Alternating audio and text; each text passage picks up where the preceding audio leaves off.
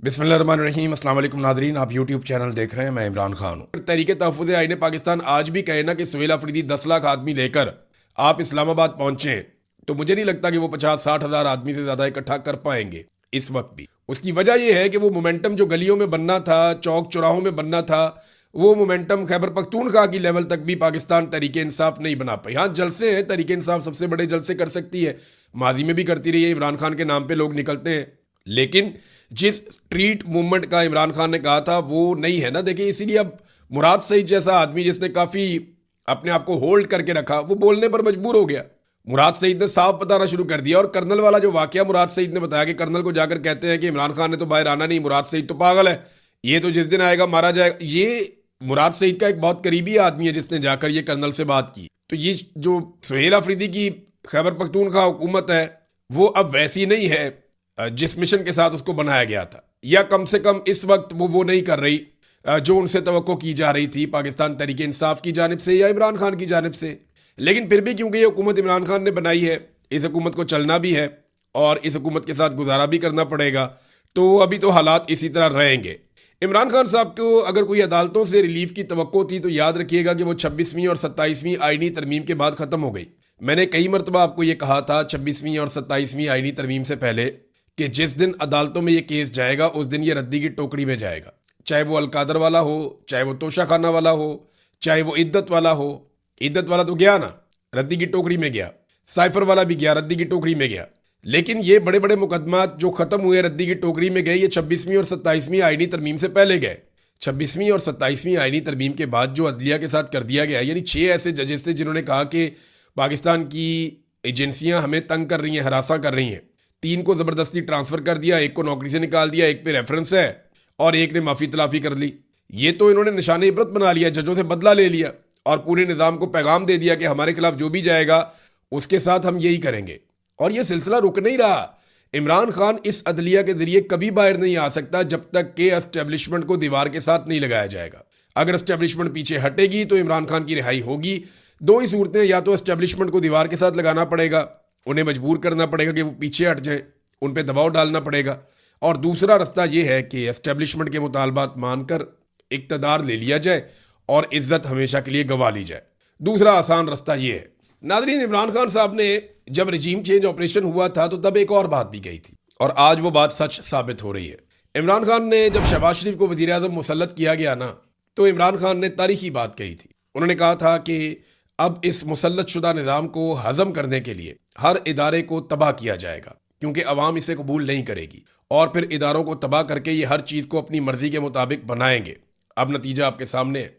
पाकिस्तान का जो सबसे बड़ा इदारा माना जाता था, पाकिस्तान की मिलिट्री, उसको भी तबाह बर्बाद कर दिया गया। जिस तरीके से आर्मी चीफ की एक्सटेंशन का तरीकाकार बदल दिया गया, जिस तरीके से उन्हें ताहयात इस्तिस्ना दे दिया गया, जिस तरीके से उसको सियासत के अंदर इन्वॉल्व कर दिया गया, और अब तो बड़े फख्र से सीना ठोक कर कहा जाता है कि हाइब्रिड निज़ाम चल रहा है, जर्नैल और सियासतदान मिलकर मुल्क को चला रहे हैं।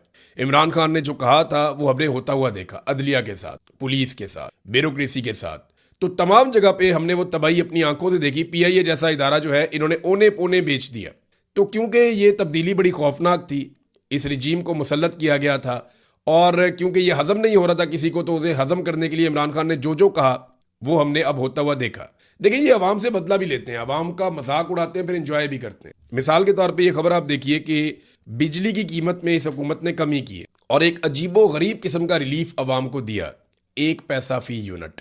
यानी अगर आप बहुत अमीर आदमी हैं और बहुत तगड़े आदमी हैं, आप 1000 यूनिट जला सकते हैं तो आपको 10 रुपए बच जाएंगे। मैं वैसे ही आपको मिसाल दे रहा हूं, कैलकुलेशन में आपको 1 पैसे की वैल्यू बता रहा हूं। अगर आप 200 यूनिट बिजली इस्तेमाल करते हैं, जो नॉर्मली सार्फिन की बहुत बड़ी तादाद करती है, तो आपके बिजली के बिल के अंदर जो बचत होगी वो 2 रुपए की होगी। आप यहां से अंदाजा कीजिए कि इन्होंने कई गुना बिजली की कीमतें बढ़ाई, और जब आवाम को रिलीफ देने का वक्त आया तो 1 पैसे का रिलीफ इन्होंने आवाम को दिया। ये आवाम का मजाक उड़ाते हैं, उनसे बदला ले रहे हैं इस बात का कि अवाम ने इन्हें वोट क्यों नहीं दिए, और रोजाना की बुनियाद पे ये अवाम से बदला लेते हैं। मरियम नवाज ने कल एक दावा किया, बहुत अजीबोगरीब किस्म का दावा कर दिया जी मैं तनख्वाह नहीं लेती। तो मरियम नवाज तनख्वाह तो नहीं लेती, लेकिन फॉर्म 47 ले लेती, जाली हुकूमत ले लेती है, महर शराफत से इलेक्शन हार के सीट ले लेती, अयाशी वाला लग्जरी जहाज अरबों रुपए का वो ले लेती है।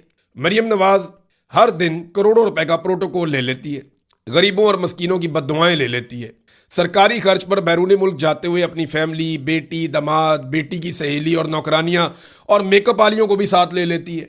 बस तनख्वाह नहीं लेती। अपनी काबीना और ब्यूरोक्रेट्स के लिए नई और लग्जरी गाड़ियां ले लेती है, बस तनख्वाह नहीं लेती। सरकारी फंड से अपनी और अपने वालिद की जाती तशहीर के लिए अरबों रुपए के फंड ले लेती है, मगर तनख्वाह नहीं लेती। ये कौम को बेवकूफ समझते हैं। भाई ये जाली है हुकूमत। मेरिट की तो आप बात ही नहीं कर सकते। मैं मेरिट पे यकीन रखती हूं। अगर मेरिट पे यकीन रखती तो आज महर शराफत एमपीए होता। अगर मेरिट पे यकीन रखती तो आज पाकिस्तान तहरीके इंसाफ का वजीर आला पंजाब होता। मेरिट की धज्जियां तो इस बाप बेटी ने मिलकर खुद उड़ाई हैं और इनके चचा ने 17 सीटों के ऊपर उन्होंने पाकिस्तान में हुकूमत बनाई और थोड़ी सी सीटें आप बढ़ा लें तो इसके साथ इन्होंने पंजाब में हुकूमत बनाई। इनको बड़ी खौफनाक शिकस्त हुई थी पंजाब के अंदर। इसके बावजूद जबरदस्ती इन्होंने मेरिट की खिलाफ वर्जी करते हुए हुकूमत बना ली है। नाज़रीन, ट्रंप ने कल प्रोजेक्ट फ्रीडम के खात्मे का ऐलान किया था। ट्रंप ने कहा था कि पाकिस्तान के साथ बातचीत हुई है और पाकिस्तान ने दरख्वास्त की है कई और मुल्कों के साथ मिलकर, और हमारा और ईरान का कोई मुआहदा होने वाला है, लिहाजा मैं प्रोजेक्ट फ्रीडम को इस वक्त रोक रहा हूं। तो शहबाज शरीफ साहब तारीफ का कोई मौका जाने नहीं देते। यानी शहबाज शरीफ साहब कोई मौका ज़ाया नहीं करते कि जहां पे उन्हें तारीफ करने का मौका मिले और वो एक लम्हा भी ताखीर करें। सलूट ठोकने का, खुशामद करने का, जूते पॉलिश करने का शहबाज शरीफ कोई मौका अपने हाथ से जाने नहीं देते। उन्होंने फौरी तौर पे जो है वो ट्रंप के लिए स्टेटमेंट भिजवा दिया कि जनाब बहुत शुक्रिया आपका, बड़ी मेहरबानी आपकी, कमाल कर दिया आपने और बड़ा जरूरतमंदाना फैसला है आपका कि आपने ये जो आपका प्रोजेक्ट फ्रीडम है इसको रोक दिया हमारी दरख्वास्त के ऊपर, और फिर आगे अमन की उम्मीद कर दी। फिर फील्ड मार्शल की तारीफें भी बीच में कर दी कि जनाब फील्ड मार्शल ने फ्री कैन को बिठाया टेबल के ऊपर, ये उनकी बड़ी कामयाबी है। और भाई अमेरिका को फेस सेविंग ही नहीं मिल रही, कोई दुनिया में उसको और फेस सेविंग देने को तैयार नहीं है। तो आपकी कमेटी निकल आई है कि आप ईरान के साथ, आपका एक मुल्क है और ईरान के साथ आपके ताल्लुकात हमेशा से बेहतर रहे हैं, तो उसकी वजह से अब आप फ़ायदा उठा रहे हैं और डोनाल्ड ट्रंप भी फ़ायदा उठा रहा है। तो शहबाज शरीफ साहब ने शुक्रिया का सलूट ठोक दिया डोनाल्ड ट्रंप को, और उधर डोनाल्ड ट्रंप ने एक नया स्टेटमेंट दे दिया। डोनाल्ड ट्रंप ने जो स्टेटमेंट दिया वो ये दिया कि ईरान ने मुआहदा कबूल नहीं किया तो पहले से ज़्यादा शदीद बमबारी करेंगे। ये अमरीकी सदर डोनाल्ड ट्रंप कह रहे हैं कि अगर उसने अमेरिका के मुजव्वज़ा मुआहदे को कबूल ना किया तो पहले से ज़्यादा तबाहकुन बमबारी की जाएगी। सोशल मीडिया नेटवर्क के ऊपर उन्होंने अपनी पोस्ट में लिखा कि फ़र्ज़ करें कि ईरान मुआहदे पर अमल करने पर रजामंद हो गया तो अमरीकी ऑपरेशन का खात्मा हो जाएगा और आबनाए हुर्मुज़ समेत तमाम सबके लिए वो खुल जाएगी। साथ ही उन्होंने ईरान को धमकाते हुए लिखा कि अगर ईरान राज़ी ना हुआ तो बमबारी शुरू हो जाएगी, और अफसोस के साथ कहना पड़ता है कि इसकी सतह और शिद्दत पहले के मुकाबले में कहीं ज़्यादा होगी। ये जनाब डोनाल्ड ट्रंप साहब कह रहे हैं। अच्छा, एक स्टेटमेंट जो है ना वो अमरीकी वजीर दिफा पीट हेग्सेट का भी है। ये स्टेटमेंट आपको ज़रूर सुनना चाहिए, इसमें बहुत सारी खबरें हैं और इसमें आपको पता चल जाएगा कि जंग जीता कौन और हारा कौन। अमरीकी वजीर जंग ने कहा कि हम ईरान की ज़मीन पे भी नहीं जाएंगे, ईरानी फ़ज़ाओं में भी नहीं जाएंगे। ऑपरेशन प्रोजेक्ट फ्रीडम सिर्फ हरमुज़ को खोलने के लिए है। हम चाहते हैं कि आपने हुर्मुज़ खुल जाए, सिर्फ इसलिए हमने ये ऑपरेशन किया है। अमरीकी फ़ौज चाहती है कि हुर्मुज़ पर ईरान का गैर कानूनी कब्जा ख़त्म कराया जाए। ये अमरीकी फ़ौज का इस वक्त का जो मिशन है वो ये है कि आपने हुर्मुज़ के ऊपर जो ईरान का एक कंट्रोल है वो कंट्रोल उनसे ले लिया जाए और ख़त्म किया जाए। तजारती जहाज़ों को ईरानी जारहियत से तहफ़्फ़ुज़ फराहम करना चाहते हैं, लड़ाई नहीं चाहते। अब ये वो अमेरिका है जो थोड़ा अर्सा पहले कुछ और कहता था, किसी और तरीके से कहता था। ये वही वजीर दिफा है अमेरिका का जिसकी ज़बान से बहुत बड़े बड़े दावे निकलते थे। अब वो कहते हैं हम ईरान के साथ जंग करना ही नहीं चाहते, हम सिर्फ आबनाए हुर्मुज़ को खुलवाना चाहते थे। तो भाई आबनाए हुर्मुज़ तो हमेशा से खुली हुई थी, वो तो आज तक बंद ही नहीं हुई थी, वो तो कभी एक लम्हे के लिए भी बंद नहीं हुई थी। ये तो पहले अमेरिका ने एक जंग लड़के बिला वजह आबनाए हुर्मुज़ को बंद करवा दिया, और उस वक्त जो जंग लड़ने के मकासद थे उनमें क्या था, एक ईरान में रजीम चेंज करना, वो नहीं हो पाया। दूसरा, ईरान से यूरेनियम उठाकर ले जाना, वो भी नहीं हो पाया।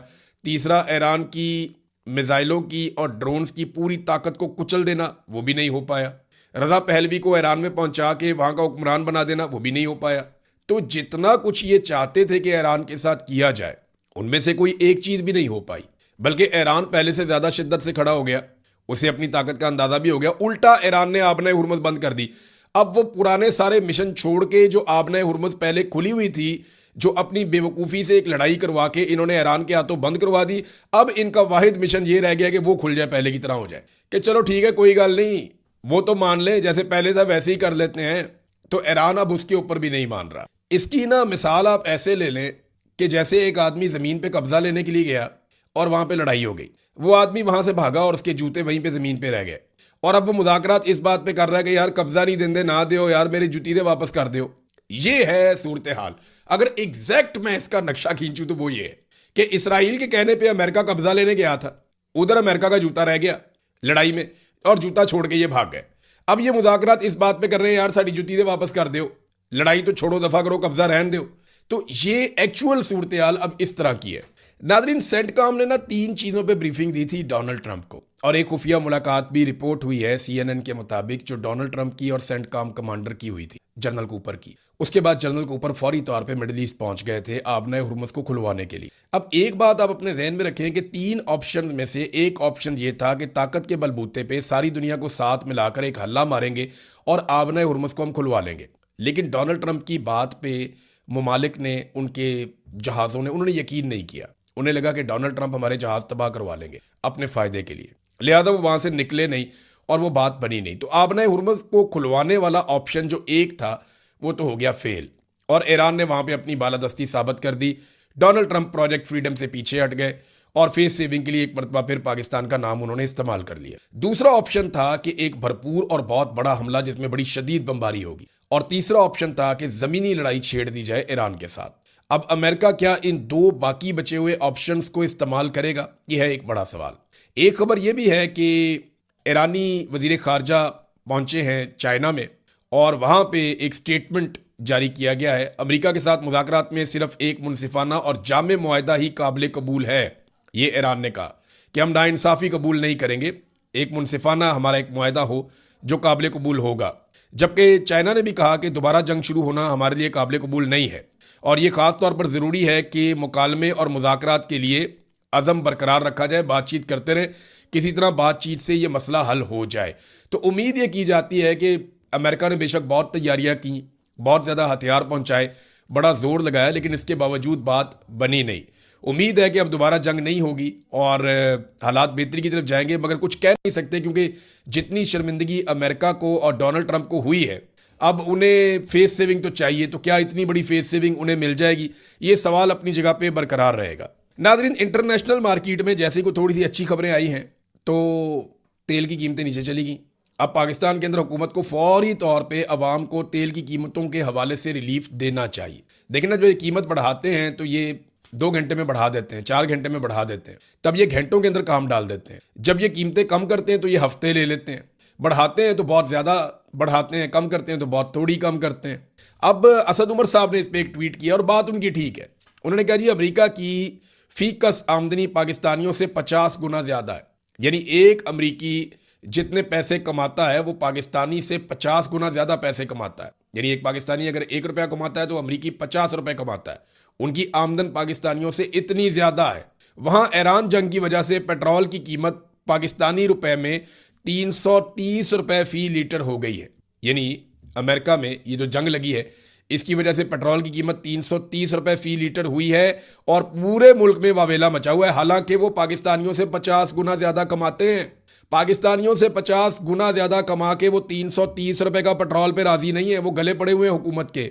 लेकिन पाकिस्तान में पेट्रोल 400 रुपये फी लीटर है और पाकिस्तानी अल्हम्दुलिल्लाह सब्र और शुक्र से ज़िंदगी गुजार रहे हैं। हमारी कौम ना हुक्मरानी के लिए बेहतरीन है। अगर किसी ने हुक्मरानी करनी है ना तो पाकिस्तानियों पे आके, इसीलिए तो अंग्रेज आके यहाँ पे हुक्मरानी करके चला गया था। ये लोग सब्र शुक्र कर लेते हैं, ये लोग गुजारा कर लेते हैं, ये लोग अपने हक के लिए खड़े नहीं होते। इनकी सोच में आज़ादी नहीं है, और जब तक सोच के अंदर आज़ादी पैदा नहीं होगी, नई नस्ल बहुत मुख्तलिफ है, वो इनको बताएगी आने वाले वक्त में कि एक्चुअली आज़ादी किस तरह ली जाती है।